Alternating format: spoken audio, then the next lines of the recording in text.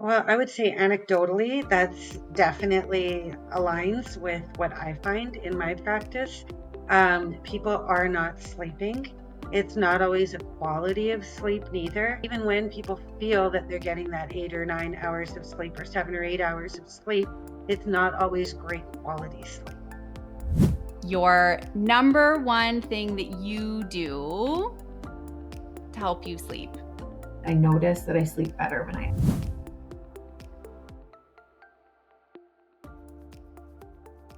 Welcome to another episode of A Plateful of Insights. And today we are talking all about sleep, a little bit behind it. Why should we be worried? As well as what you're going to be able to do about it. I think this is falling very nicely that we've got World Sleep Day coming up shortly. And the theme is really around make sleep a priority. So that is really what we want to talk about tonight. I am your host this evening, Andrea Shackle from Revive Wellness, and I am joined by awesome members of our team, Sharon, our mental health consultant, as well as Erica, our mindfulness educator. So thank you so much for joining us. And let's get right into this. We are talking about sleep. I don't know if people are out there thinking even about sleep. The theme for World Sleep Day is around trying to make sleep a priority, but I think we should talk about maybe Erica, I'll get you to start us off on, even what is sleep? I guess we should Oh, start there. I love how you said, I don't even know if people are thinking about sleep because we often overlook our sleep and we don't actually consider it as like a foundation of wellness. And so, but it really is like sleep impacts every part of our lives when we are up. So I think it's a super important topic. I'm really, really honored to be here to talk about it. It's been near and dear to my heart for a long time since I was a university student and burned the candle at both ends constantly. And I think I've seen some of the impacts of that on my memory and things like that. So, but you asked what sleep is. I would say it's like a state where you're not aware of your surroundings. But the cool thing about sleep is it's a very active state when it comes to the brain. And so sometimes more active than when we're awake. So that would be my definition of sleep. Ooh, I like it. This is really on the brain too, right? For that rest and restorative component. And we don't think about sleep as that. We just think, oh, we need to sleep. But there's actually a lot of things going on, really important for wellness, which we are going to dive into. Sharon, welcome. Tell us a little bit about how you define sleep or, why we think it's such a priority or should be a priority. I think sleep is a restorative process. So it's healing, it's nurturing, and it's what, like Erica said, it's a foundation of health. And lots of times when we think about good health, we think about nutrition, we think about physical activity. Those are all really, really important, but it's really hard to achieve good health without proper sleep.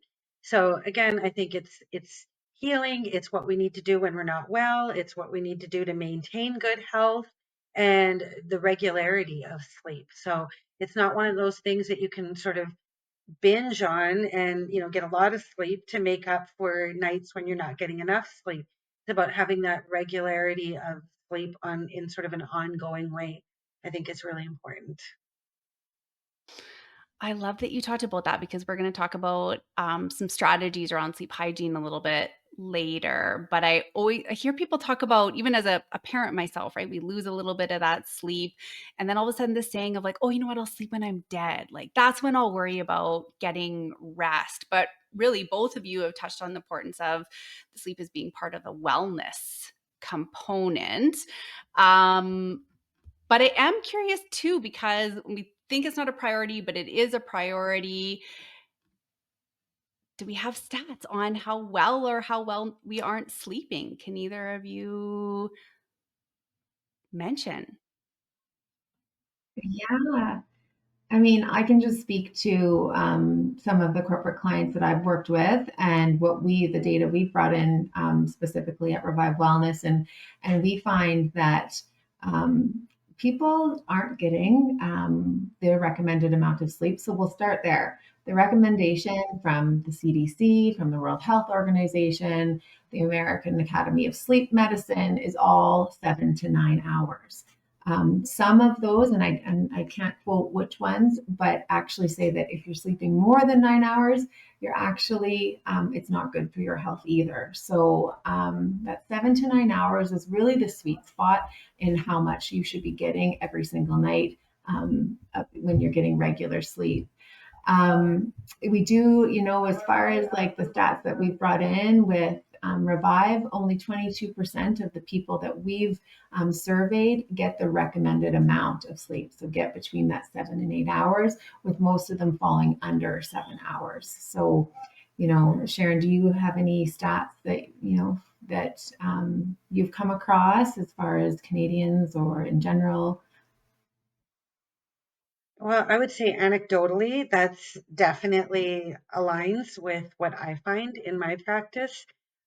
People are not sleeping. It's not always a quality of sleep neither, due to kind of increased technology. Even when we're sleeping, our phones are often beside us at night. So we're being awoken by the different sounds that are coming from the phone, even if it's on vibrate. Sometimes it lights up at night. So it's not always a quality of sleep. So even if one does get that good 8 hours of sleep, it's sometimes disrupted sleep. A lot of people sleep with their computer or their TV in their bedroom, which is not recommended. Same thing, it's quite a distraction. Some people even choose to fall asleep with the TV on. And that, again, is not very restorative sleep. So I think, just what I've observed, that even when people feel that they're getting that 8 or 9 hours of sleep or 7 or 8 hours of sleep, it's not always great quality sleep. Yeah, I'm just looking here. So Canada.ca says 1 in 2 adults have trouble going to sleep or staying asleep.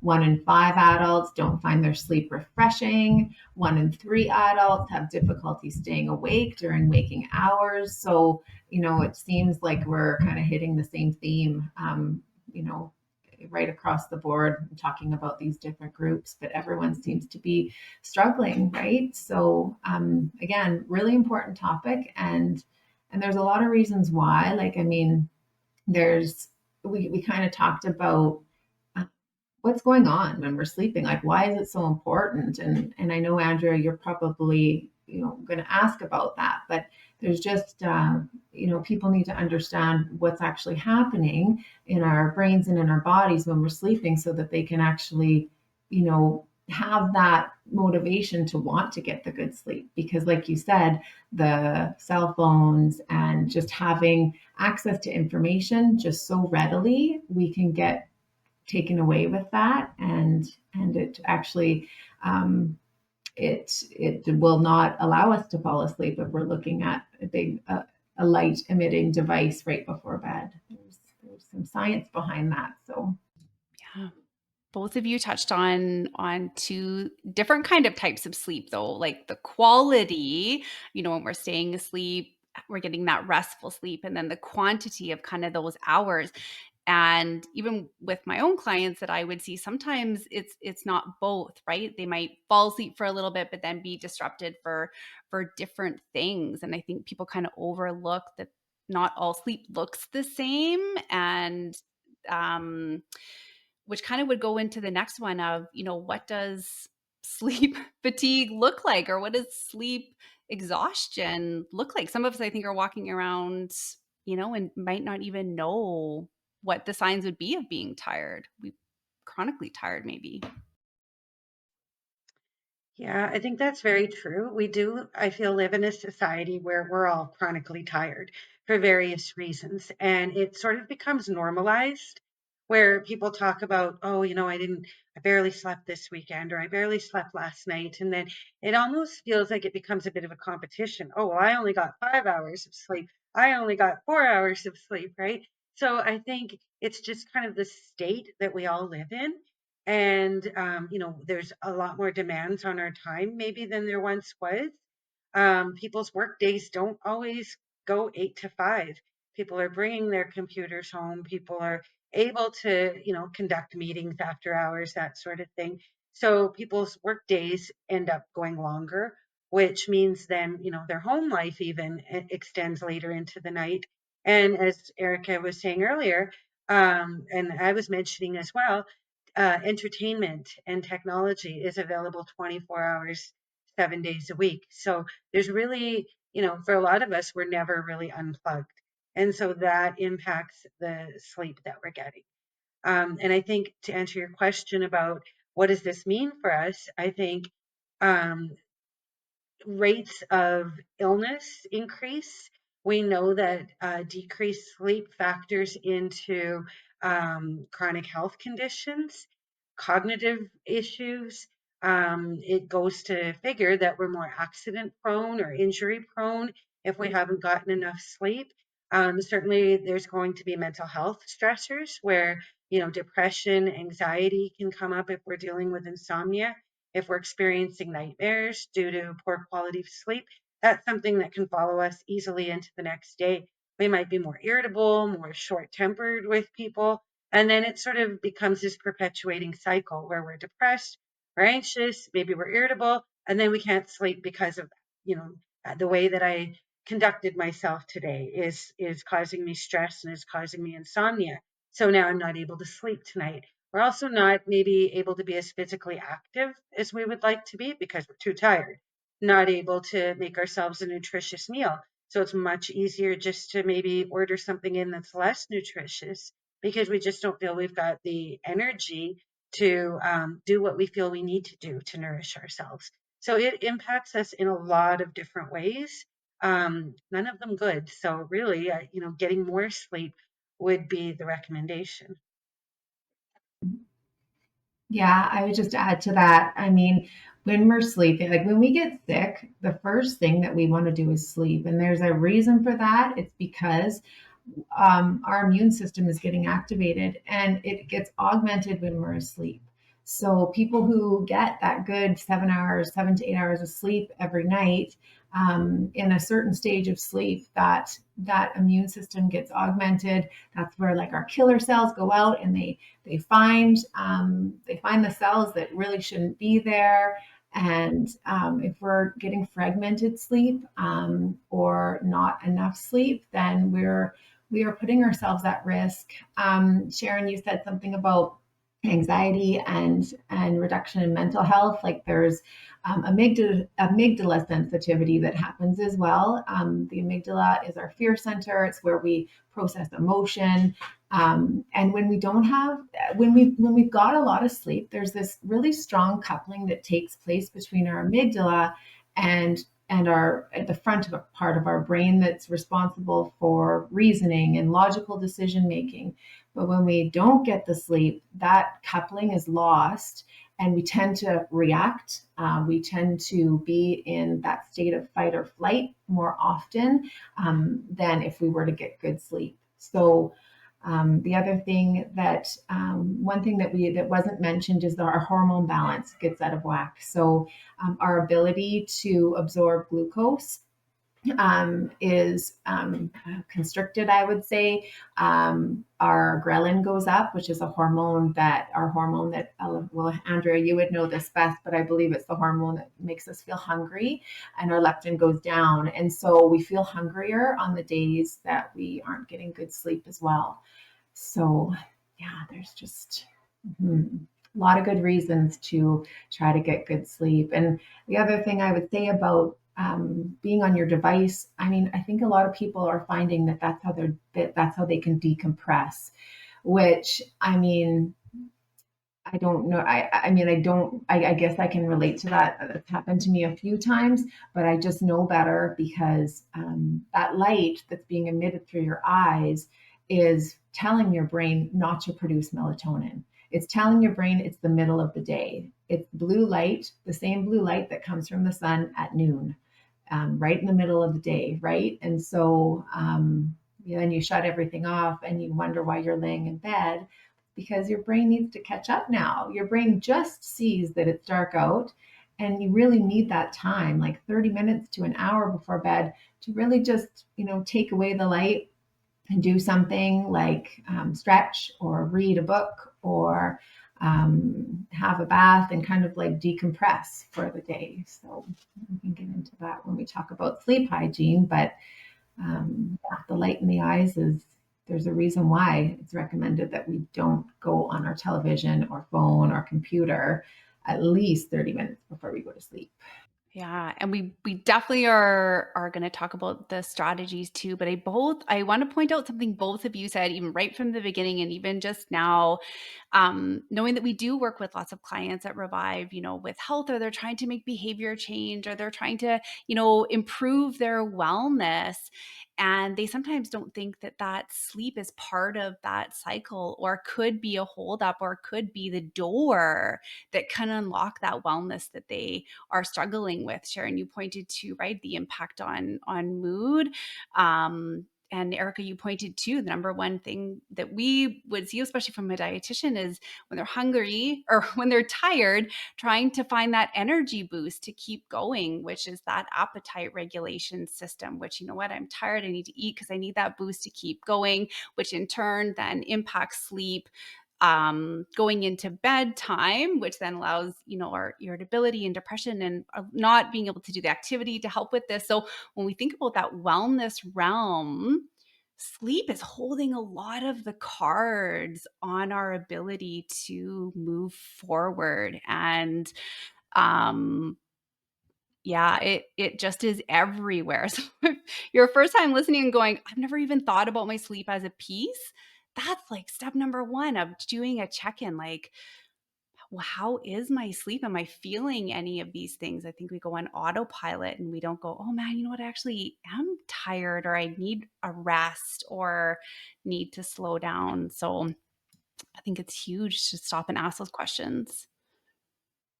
Yeah, and one thing you said there, Andrea, about ghrelin going up. Why are you hungry? The other part is the amygdala sensitivity.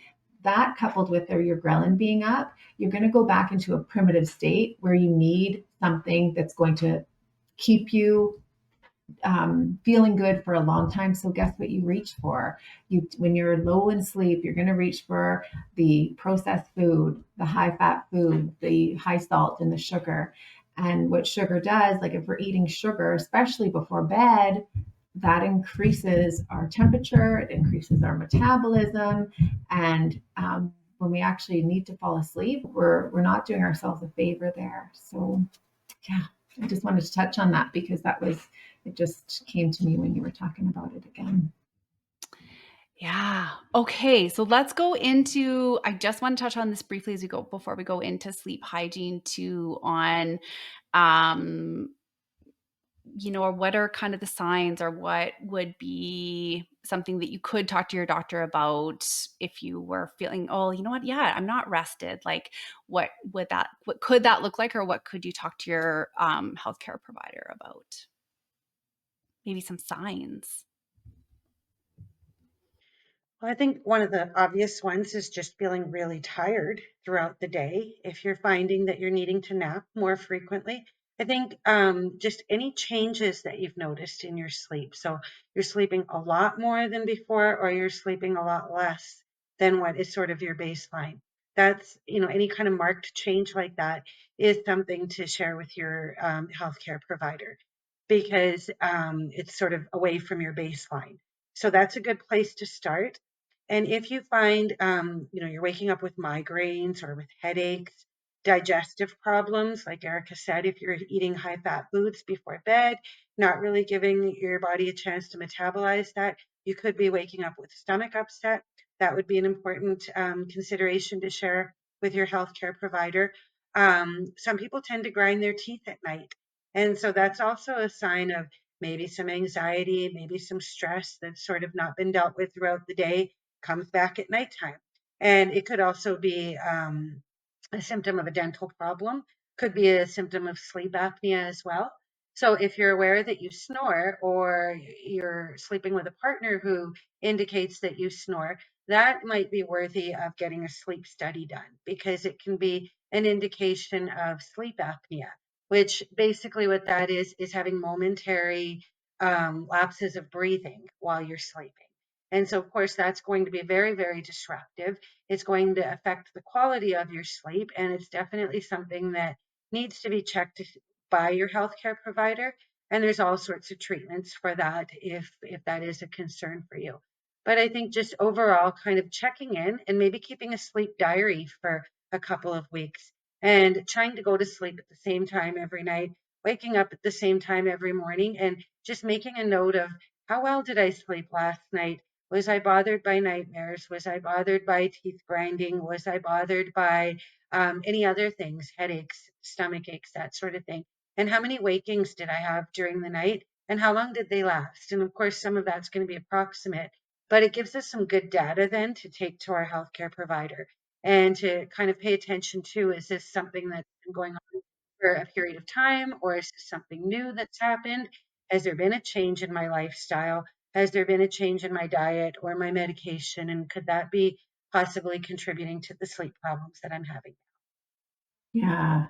Yeah, I love that. And keeping a journal or reflecting on it for a week or so, I think it's also important to include that stuff in there, right? Because you might not go back and say, oh, this is what I ate at 10 o'clock at night, or I didn't exercise this day, or I exercised at 9 at night that day. It's important to write down the things that you do during the day as well, because that could be correlated to what's going on at night. Waking up to urinate. If you're waking up, if that's waking you up, definitely go see your doctor about that. There's things that you can do. You can also try to get ahead of your hydration by drinking a lot in the morning so that your bladder is mostly empty before you go to bed at night. That was the only thing that I thought you missed, Sharon. Good job. You did very well, Sharon, at covering a whole bunch, and it kind of also made me think, pets keep people up at night, depending on where you are in, your life cycle or pain, or, even for women who might be experiencing hot flashes or waking up because of that. So keeping tuned to if, yeah, any life changes, or, maybe it's your partner who's actually the issue. And I know both of you were talking before, right? Of one of the strategies is, sometimes we sleep better alone if that's what improves that sleep. So let's jump in then to, yeah, this term called sleep hygiene too, because that gets thrown around. And there are, tips around sleep. But yeah, let's start with there, kind of what does sleep hygiene mean, and why should somebody start thinking about it? How I define sleep hygiene is basically exactly that, strategies to improve your sleep. So, what are some lifestyle factors? What are some things you have control over that you can manage to improve your sleep? And what I always say to clients that I'm working with is when we have young children, we do a lot to give them that sleep routine. There might be a story, there might be, a bath time, there might be, it's time to put on jammies, it's time to have a lullaby. We do all of that for our children because we want to set them up for a good night's sleep. But as we get older, we don't do that for ourselves. A lot of times we work and work and work, and oh, it's 10 o'clock, I got to go to bed. And your mind is still at your computer or working on that report or doing that podcast, whatever it might be, right? So we're not always switching. We're not, like Erica said, we're not taking that 30 minutes or so to tell our brains daytime is over, nighttime has begun. And so it's kind of having that regular routine. And then it sort of starts to let your brain know that, okay, we're winding down now. We've got to do some things to get ourselves in that wind down mode. So things like relaxation exercises, meditation, if that's something that you can relate to, yoga practice, if that's something that you're comfortable with. Um, Decreasing your screen time before bed, reading a book that's relaxing. There's all kinds of podcasts out there these days where the narrator will speak in an extremely monotone voice designed to get people feeling bored and feeling ready for sleep. So and making sure that your bedroom or your sleep environment is comfortable. So not too hot, not too cold, and making sure that it's dark and quiet, because if you're in an environment where the sun is coming in at night, you might want to consider getting like darkening blinds, that sort of thing. but then also setting yourself up for a good wake time, which we can talk about, making sure that kind of your body is responding to those cues of nighttime and daytime. But I think, we really just have to be careful that we're giving our bodies time to make that adjustment. That, as I said before, that daytime is now over. We're heading into nighttime. What can we do to kind of make that transition? And again, we're not going to necessarily be able to do all the things that we did for our children to kind of set up that successful nighttime routine, but are there things that we can do? It might be having a nice warm beverage before bed if that's something that you like. Hot milk has been known to be helpful to some people. The scent of lavender, it's anecdotal evidence, but there is some suggestion that that can help promote sleep. So there is lots of things that you can try. And I think the key thing is just avoid anything that's stimulating because we're already stimulated. Our whole day is usually spent in a state of stimulation, whether we're at work, we're home with our families, we're driving through traffic, we're grocery shopping, whatever it might be. So this is the time to, really focus on some self-care, take some time for yourself and go into that adjustment in a really kind of, I think, mindful, intentional way that we're going into the nighttime now. Very hard with shift workers, though, I will say. I do work with a lot of shift workers, and that whole day, night, wake, sleep cycle can get really skewed just due to their routine. So that's a whole other. But for those of us who are fortunate enough to work during the day and sleep at night, I think some of these strategies can be really helpful. And even if you are a shift worker, like I'm married to one, knowing some strategies it can also help you when you're getting off in the morning time and you need to go to sleep. There's things that you can do so that you aren't having as much trouble falling asleep. So when you are on shift work, don't eat big meals during your night shift. At the towards the last quarter of your shift, just have a light snack. When you're driving home, keep those sunglasses on, avoid caffeine, of course. And, you said foster darkness, Sharon, and that's really important when you get home. And so if you can't find yourself in a room that's got darkness, you just grab it, use a sleep mask. There's no shame in using a sleep mask. And I actually use one in the summertime because it's really light here in Edmonton, sometimes almost until midnight. So that's important. What I would add to sleep hygiene is it's not just about a wind down routine, and it's also about what you do during the day. Exercise is shown to help with better sleep onset. It also helps with quality of sleep. People tend to stay in deeper periods of sleep for longer. Caffeine use. I mean, it's okay to have your coffee, but the half life of caffeine in your system takes, if you have a coffee, let's say at 2 in the afternoon, you still have 50% of that caffeine running through your bloodstream at 8 p.m. And then you still have 75% of it close to midnight. So you really want to consider keeping the caffeine for the morning time. And if you needed to have something after that, maybe consider decaf coffee. But know that decaf coffee has up to 25% of caffeine as well. So it's got less, but it still has some.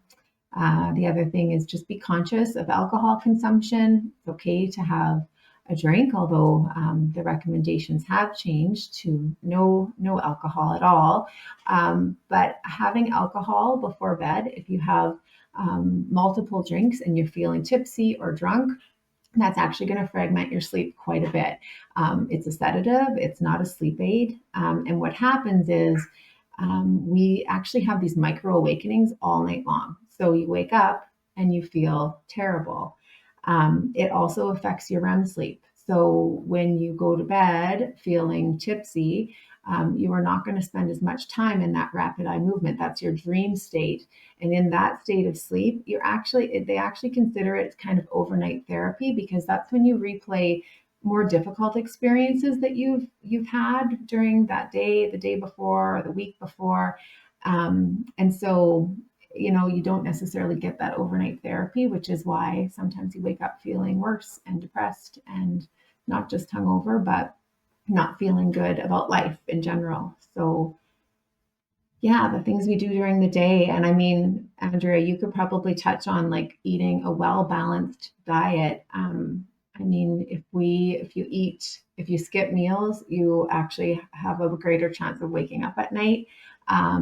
If you eat well balanced meals within, and snacks, and you're eating regularly, this also helps with sleep. So there's things you can do all day long. Um, One recommendation is like if you are having trouble sleeping, when you get up the next day and you feel fatigued, the recommendation is you should really still go about your daily activities. So if you were planning to exercise that day, still exercise. It's harder to do that, but in order to get a better sleep the next night and get yourself back on a better sleep routine, it is recommended that you just continue to go through those healthy motions of eating well, exercising, not having more than what you typically have for caffeine, things like that. Both of you touched on a lot of things. Holy smokes. Yeah, and Erica made me think of a couple of other ideas as well when she brought up the sleep mask. Earplugs also can be a good idea. So if you live in an area where maybe there's a lot of traffic, or you have somebody in your household who's up at night keeping you awake, put in some earplugs if that's going to help you get a better sleep. And along with the alcohol products, cannabis products is also something to consider. A lot of people will say they'll take a cannabis product before bedtime to help them sleep. And it may help with that initial falling asleep. But again, that sleep is also very fragmented, where it's not a good quality restorative sleep. And then for a lot of people, they sort of become psychologically dependent on having that cannabis product or that glass of wine before bed to help them sleep. So if you can find other ways to help you sleep, that's much better for you in the long run. And when you are sleeping, when you get into the deeper stages of sleep, you're you are actually putting your body in a state of parasympathetic. You're putting your body in a state of calm and relaxation, where your heart rate goes down, your respiration goes down, your blood pressure hits an all-time low. It is the lowest in a 24-hour period when you are in deep restorative sleep, which is stage 4 of sleep. Some scientists say stage 3. So taking the cannabis or smoking or vaping before bed, what you're doing is you're actually increasing your heart rate, you're increasing your blood pressure, you're increasing your respiration rate. So again, you're going against the grain of what we naturally are supposed to do when we're sleeping. Yeah. The only thing I could think of you guys did not touch on, but you both kind of touched on, is the screen time, like those type of lights. But we also know just even house lights, like even just the brightness of your home, especially when we're, dark, especially during the winter months, right? Dark right when we get home. There's kind of wants to push us into that. So playing around with the lights in your house, of even dimming them when it's getting closer to bed, can stimulate that wind down, shutting down, versus keeping all the bright lights on. So some people even just, I tell them, just move around the lights in your house to help stimulate that, depending on the type of year that we're in. Because at the same time, you need it for also that bright light in the morning as well, where when it's dark, that's a little bit harder to stimulate and get going. So playing around with your lighting can also have a big impact and help out. And I even go ahead, Erica. Not only with going to sleep, but like you said, exposing yourself to bright light in the morning actually resets your circadian rhythm. So you immediately stop producing melatonin, and it's kind of, again, that it goes with that regularity, right? So exposing yourself to bright light in the morning helps to reset that circadian rhythm. Yeah. Sorry, I cut you off there. No, and even, one of the things I talk to my clients about too is, where depending on where you're working, if you're in an office or whatever, like those lights can be really stimulating and hard too. So trying to get as much natural light as you can. So making sure you're getting outside and getting that fresh air, even that vitamin D too, that can have impact on sleep and wellness. Because then we want to kind of hibernate, which can impact sleep.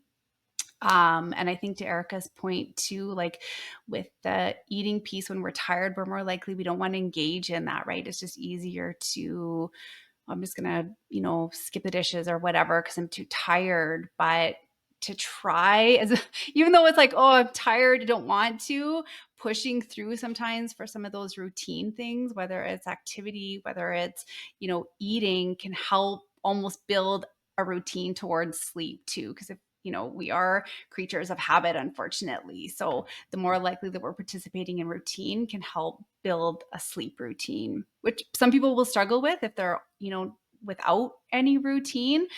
But that's also one of the benefits too of routine, then makes it easier. You know what? I'm tired, but I'm still going to do this because it's part of my routine.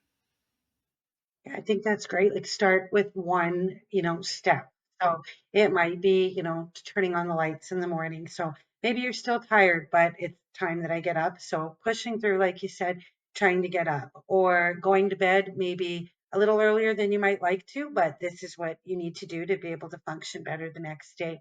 Making yourself that healthy meal, going for a walk at lunchtime so you get that natural light, that daytime hours when you may not feel like it. It may feel more tempting to just have a nap at your desk, right? But knowing that what you're doing is good for you and that is getting out and actually getting that sunlight. And it's important to know that this is sort of a problem of are like where we are in society right now, like the time that we live in, because our ancestors didn't have this problem. When it was daytime, they woke up and they worked. When it was nighttime, they went to bed, right? And so, like what Erica was talking about with the circadian rhythms, that was so much easier to manage once upon a time. When we didn't have light bulbs that could be on 24 hours a day, we couldn't just get in our car and go wherever we wanted, whenever we wanted. So it was very natural to just, once it's dark, you have no option really but to go to sleep. So your body did kind of fluctuate with the time of the day and according to the sun. But right now, I mean, there's a lot of people who don't see the sun all day just based on what their lifestyle is or what their job is. So we're sort of artificially creating a wake time and a sleep time, and it's not serving us well. And this is why we have some of the issues that we talked about earlier that we have right now. Oh, that's well said, Sharon. I like that to end on that. So we've covered a lot today. We've covered a lot of sleep stuff. So I'm hoping that whoever listening has found something that they can maybe look at or think about when it comes to sleep. I know that well, all three of us very much work on, change management and working at things slowly. So we're building sustainable habits with that. And sleep falls in that same thing. And Sharon, you mentioned, right? Just maybe picking one thing, and it can be small, but that's a huge thing to work towards getting better sleep. I was even talking to a client today of trying to leverage technology to help too. Of, what, now there's so many things like sleep modes on phones. Like we should be using those, turns it off for us. We can't think like set that. I mean, smart TVs, my goodness, can also do that. So use different types of technology to help, or at least maybe push you in that direction too.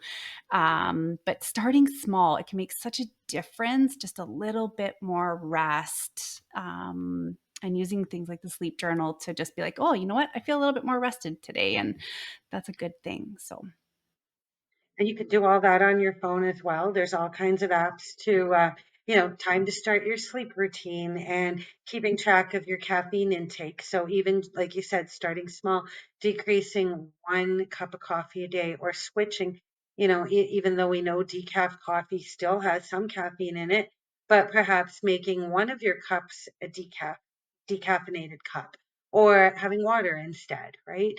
But making some small changes, and those are usually what are the lasting changes. So using that technology to help you keep track of some of the changes that you're making can be beneficial. Yeah. You said, you were mentioning before you built on the sleep mask and then the earplugs, and then we're talking about technology. The other one that I wouldn't want to forget is you can actually, there's apps that will play music that is based on theta and delta waves, which are the waves in your brain that are taking place when you're in deep sleep. So there, you can try that too. I've tried that before. And then the other piece of information that's so important is if you can't sleep, don't lay in bed.